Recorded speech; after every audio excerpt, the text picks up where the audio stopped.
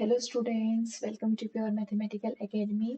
आज हम डिस्कस करेंगे CSIR नेट सितंबर 2022 ऑर्डिनरी डिफरेंशियल इक्वेशन के क्वेश्चन है। सो फर्स्ट क्वेश्चन है जो हमारा पार्ट सी में पूछा गया और क्वेश्चन आईडी है 413।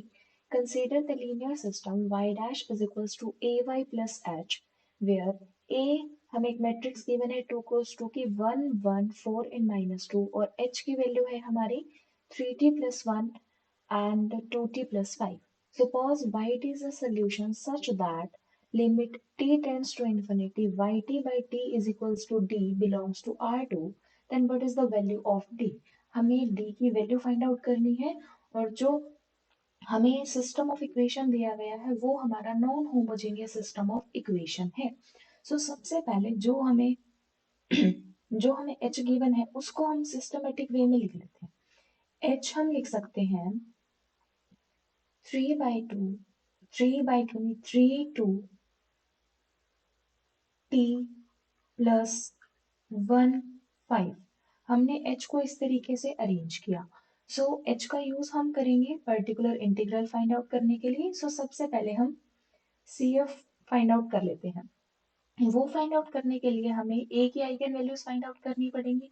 a minus lambda I is equals to 0। a minus lambda I is equals to 0 जब भी हम ये करेंगे तो आइगन वैल्यूज आ जाएंगी lambda is equals to 2 and minus 3। These are the eigen values of a। So अब हमें आइगन वेक्टर फाइंड आउट करने पड़ेंगे क्योंकि जो CF इस केस में होगा वो होगा C1 e raise to the power lambda 1t V1 plus C2 e raised to the power lambda 2t V2, where V1 is the eigenvector corresponding to eigenvalue lambda and V2 is the eigenvector corresponding to eigenvalue lambda 2. So हमें V1 find out करना है। V1 के लिए हम क्या करेंगे a minus lambda I V1 is equals to 0। यहाँ lambda की वैल्यू हम कंसिडर करते हैं 2। a minus 2i thus v1 is equals to 0. Now a minus 2i minus 1 1 4 and minus of 4। v1 हम कंसिडर कर लेते हैं x and y। this is equals to 0 and 0। यहाँ से हमें मिला minus x plus y is equals to 0। this implies that x is equals to 1। so v1 vector हो जाएगा हमारा 1 and 1। ये हमारा आइगन वेक्टर है corresponding to eigen value lambda is equals to 2। Now अब हमें लैम्डा इज इक्वल्स टू -3 के corresponding निकालना है तो a plus 3i v2 is equals to 0। this implies that a plus 3i 4 1 4 and यहाँ हो जाएगा हमारा -2 plus 3 is 1। So यहाँ हम कंसिडर कर लेते हैं y1 and y2 which is equals to 0 and 0। यहाँ से क्या इम्प्लाई हुआ 4y1 plus y2 is equals to 0। this implies that y2 is equals to -4y1। so vector v2 की वैल्यू आ गई हमारे पास। जब y1 की वैल्यू -1 कंसिडर करें तो y2 की वैल्यू आ जाएगी हमारे पास 4। ये हमारा v2 हो गया। अब हमारे पास सोल्यूशन फाइंड आउट करने के लिए CF के लिए हमारे पास लैम्डा 1 है v1 भी है लैम्डा 2 है v2 भी है। अब हमें पर्टिकुलर इंटीग्रल फाइंड आउट करना है क्योंकि जो गिवन इक्वेशन है वो हमारी नॉन होमोजेनियस है। सो जिस टाइप से जिस टाइप से हमें h गिवन है हम उसी ही फॉर्म का पर्टिकुलर इंटीग्रल कंसीडर कर लेंगे। जैसे इसमें क्या गिवन है 3 2 t प्लस 1 5। इसी टाइप का हम पर्टिकुलर इंटीग्रल कंसीडर कर लेंगे। नाउ लेट yp हमने कंसीडर किया a1 b1 t plus a2 b2। अगर हमें h जिस टाइप का भी गिवन हो हमें उसी टाइप से ही yp कंसीडर करना होगा। अब yp जो है ये हमारा डिफरेंशियल इक्वेशन को भी सेटिस्फाई करेगा क्योंकि जो पर्टिकुलर इंटीग्रल होता है वो भी हमारा डिफरेंशियल इक्वेशन का एक एलआई सॉल्यूशन होता है। So it satisfies differential equation और we can say system of differential equation. जब ये हमारा डिफरेंशियल इक्वेशन को सेटिस्फाई करेगा, डिफरेंशियल इक्वेशन है हमारी y dash is equals to a y plus of h. So इस केस में वाई पी डैश की वैल्यू क्या हो जाएगी, a one b one. So y p dash इसको सेटिस्फाई करेगा, वाई पी इसको सेटिस्फाई करेगा, so y p dash is equals to a y p plus h. So अब हम वैल्यू सब्स्टिट्यूट करते हैं। yp की वैल्यू है हमारे a1 b1, a की वैल्यू, a मैट्रिक्स हमें गिवन है 1 1 4 एंड -2। yp है हमारा a1 b1 t plus a2 b2 yp, और h हमें गिवन है 3 2 t plus 1 plus 1 5 1 and 5। Now अब हमें सिंपली कंपेयर करना है। फर्स्ट ऑफ ऑल हमें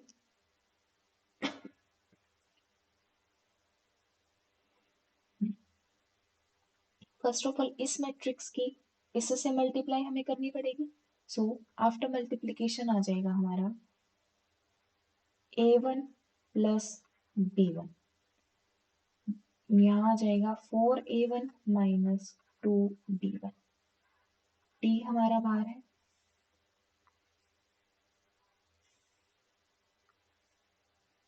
सो t प्लस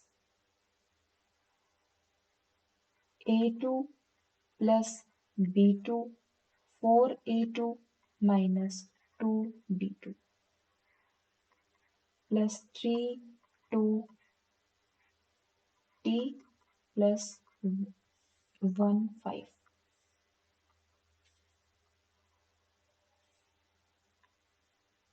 1 5।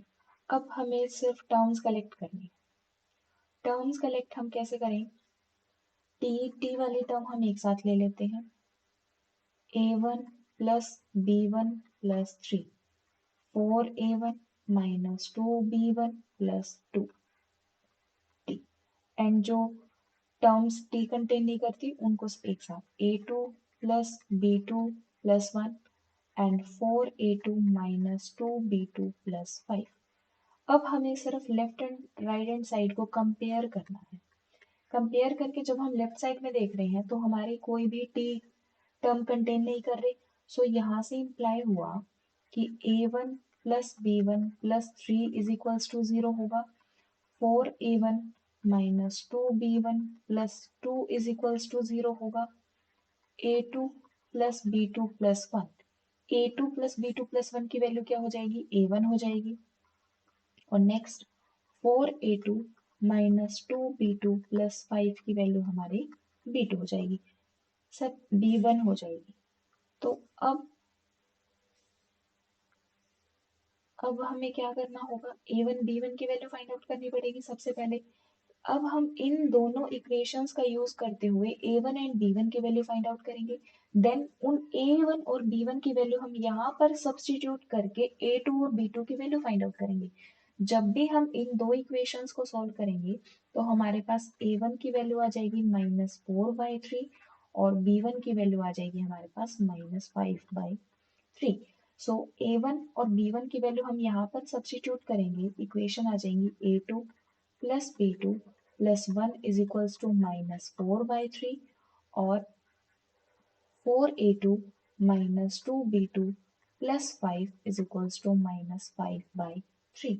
जब हम इन दो इक्वेशंस को सॉल्व करेंगे सो इन दोनों इक्वेशन से हमारे पास a2 की वैल्यू आ जाएगी -17/9 और b2 की वैल्यू आ जाएगी -4/9। अब हमारे पास a1 की वैल्यू है, b1 की वैल्यू है, a2 की वैल्यू है और b2 की वैल्यू है। अब हमारे पास सारी वैल्यू आ गई। अब हम yp डिफाइन कर सकते हैं। yp था हमारा a1 b1 t, a1 की वैल्यू है -4/3, b1 की वैल्यू है -5/3 t plus a2 b2, 17/9 and -4/9। ये हमारे पास आ गया पर्टिकुलर इंटीग्रल। पर्टिकुलर इंटीग्रल आ गया तो हमारा, एक सेकेंड,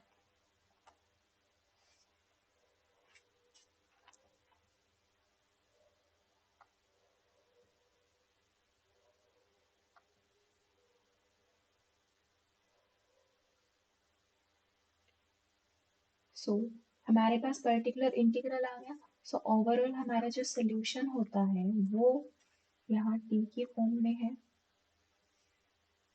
सो जो सोल्यूशन होगा वो होगा हमारा C F plus P I. So C F हम ऑलरेडी फाइंड आउट कर चुके हैं, C1 1 e raised to the power 2t plus C2 -1 4 e raised to the power -3t plus pi। pi है हमारा -4/3 -5/3 t plus -17/9 एंड -4/9। ये हमारे पास Y T आ गया। हमें क्वेश्चन में कंडीशन दी गई है कि y t by t as t tends to infinity हमारा एग्जिस्ट करता है। सो हमें y t by t find out करना पड़ेगा, y t over t. So C1 1 e raised to the power 2t by t plus C2 -1 and 4 e raised to the power -3t by t plus -4/3 -5/3 plus 1/t -17/9 and -9। So as a t tends to infinity हमारी limit exist कर रही है। So limit t tends to infinity y of t by t। अब देखिए, सबसे पहले last term देखते हैं, 1/t as t tends to infinity this term tends to 0। ठीक है, ये हमारी कोई भी कांस्टेंट वैल्यू है, इसको रहने देते हैं। सो e raised to the power minus of 3t as t tends to infinity this tends to 0। okay, then 1/t 1 upon infinity also tends to 0। मतलब ये वाली जो टर्म है ये हमारी 0 को टेंड कर रही है, ये वाली भी हमारे 0 को टेंड कर रही है। बट ये क्या हो गया, इन्फिनिटी बाय इन्फिनिटी फॉर्म बन गई। जब हम एल हॉस्पिटल रूल अप्लाई करेंगे तो ये वाली वैल्यू हमारे इन्फिनिटी को अप्रोच कर सकती है। बट क्वेश्चन में ही हमें गिवन है कि ये वैल्यू हमारी किसी फाइनाइट डी को अप्रोच कर रही है, तो यहां से C1 को 0 होना पड़ेगा। जब यहां से, अभी हम एक बार लिमिट अप्लाई नहीं करते, सो